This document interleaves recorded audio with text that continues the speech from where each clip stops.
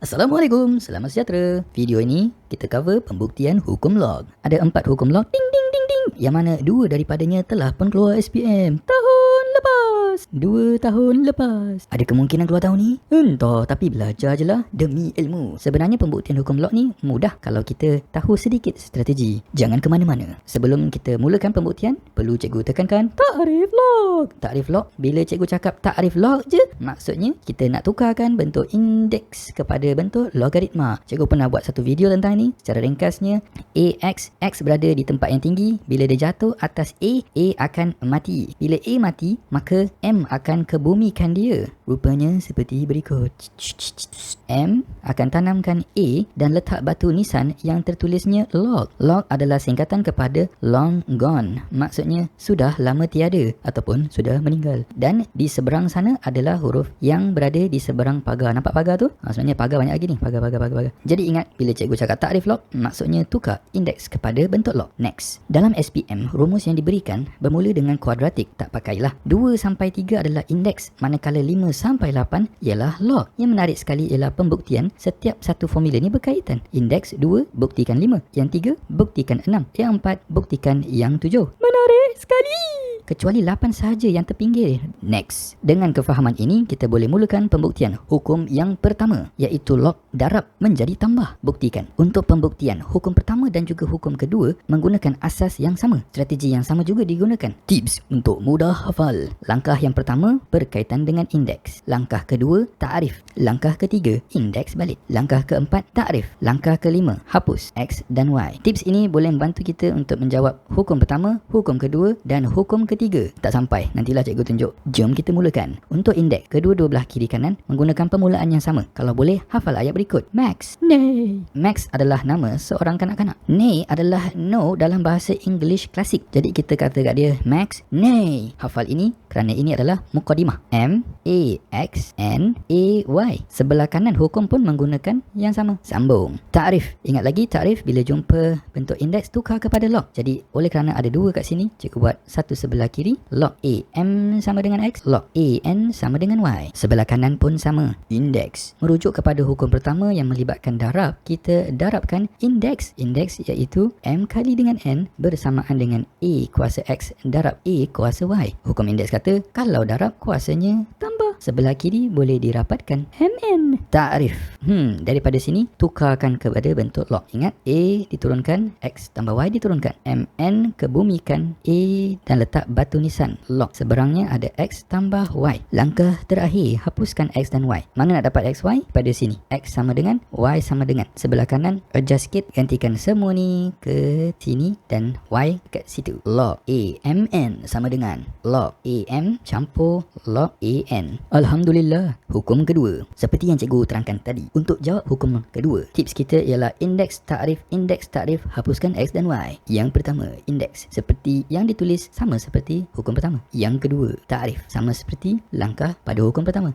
Langkah ketiga, indeks. Indeks yang berkaitan dengan hukum kedua ialah bahagi. Jadi, cikgu buat M bahagi N sama dengan AX. Mana dapat? Daripada sini dan sini. Bahagi dengan A kuasa Y. Seterusnya, indeks juga kata kalau dia bahagi, kuasanya tolak X, tolak Y. Sebelah kiri sama. Langkah keempat, takrif.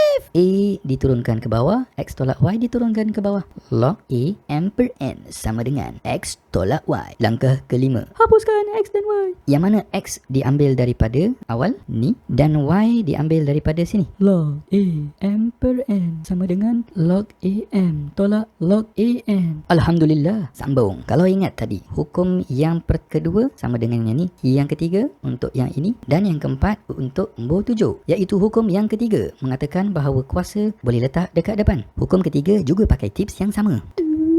Indeks takrif, hapuskan X dan Y. Untuk yang pertama, indeks. Mulakan dengan max. Satu saja, kita tak payah pakai nay kerana hanya ada satu je komponen dalam formula ini. Max adalah M sama dengan A kuasa X. Langkah kedua, takrif. Log A M sama dengan X. Langkah ketiga, indeks. Untuk indeks ni ada kaitan sedikit dengan formula nombor 4, cuma ada masalah. Kita nak kuasakan yang mana satu, yang pertama ataupun yang kedua. Kat sini kita perlu kuasakan yang pertama. Jadi daripada bentuk ini, M sama dengan AX, cikgu letak kuasa baru iaitu N. Kuasa masuk ke dalam, M kuasa N sama dengan A kuasa XN. Dekat sini antara tulisan XN ataupun NX, kita akan tulis NX kerana N adalah lebih terdahulu dalam susunan huruf abjad. Jadi cikgu tukar. Sambung. Langkah keempat, ta'rif. A turun, kuasa pun turun. Log A M kuasa N sama dengan NX. Langkah terakhir, hapuskan XY. Tetapi kerana kita hanya ada satu saja indeks, maka tak adalah Y. Kita ada hapuskan X sahajalah. X yang ini digantikan dengan maklumat sini. X sama dengan log AM. Adjust sikit. Log AMN sama dengan N log AM. Alhamdulillah. Sambung. Hukum yang keempat, logaritma, tak ada kaitan pun dengan asas-asas indices. Sebaliknya, bila kita nak tukar asas andaian bahawa sudah pun ada bentuk logaritma. Kita mulakan dengan log AB sama seperti di sebelah kiri, tetapi kita samakan dia dengan Y. Kenapa pula? Sebab daripada bentuk sebelah kiri, kita akan tukarkan dia kepada satu huruf Y, yang mana Y kemudian akan menjadi log C dengan B. Langkah kedua, biasanya kita mulakan pembuktian dengan bentuk indeks, kemudian kita gunakan ta'rif untuk tukar kepada bentuk log. Kali ini disebabkan starting sahaja dah ada log, kita kena tukarkan log kepada bentuk indeks terbalik. Jadi bila cikgu buangkan log, A akan naik balik ke sebelah kanan, Y naik atas. B sama dengan A kuasa Y. Padam. Langkah ketiga, log kedua-dua belah. Langkah ini agak genius kerana dengan menglogkan kedua-dua belah, kita tulis asas baru seperti log sebelah kiri, log sebelah kanan, dan asas baru cikgu ialah C, seperti yang ada dalam pembuktian ini. Langkah keempat, oleh kerana ini hukum yang keempat, diandaikan bahawa hukum yang sebelumnya telah pun dibuktikan, seperti turunkan kuasa. Y boleh diturunkan ke sebelah depan. Jadinya Y log CA sama dengan log CB. Y dengan log CA adalah darab. Jadi cikgu pindahkan sebelah kiri. Log CB per log CA sama dengan Y. Tapi disebabkan tak senonoh tulis Y di sebelah kanan, cikgu padamkan dan tulis sebelah kiri.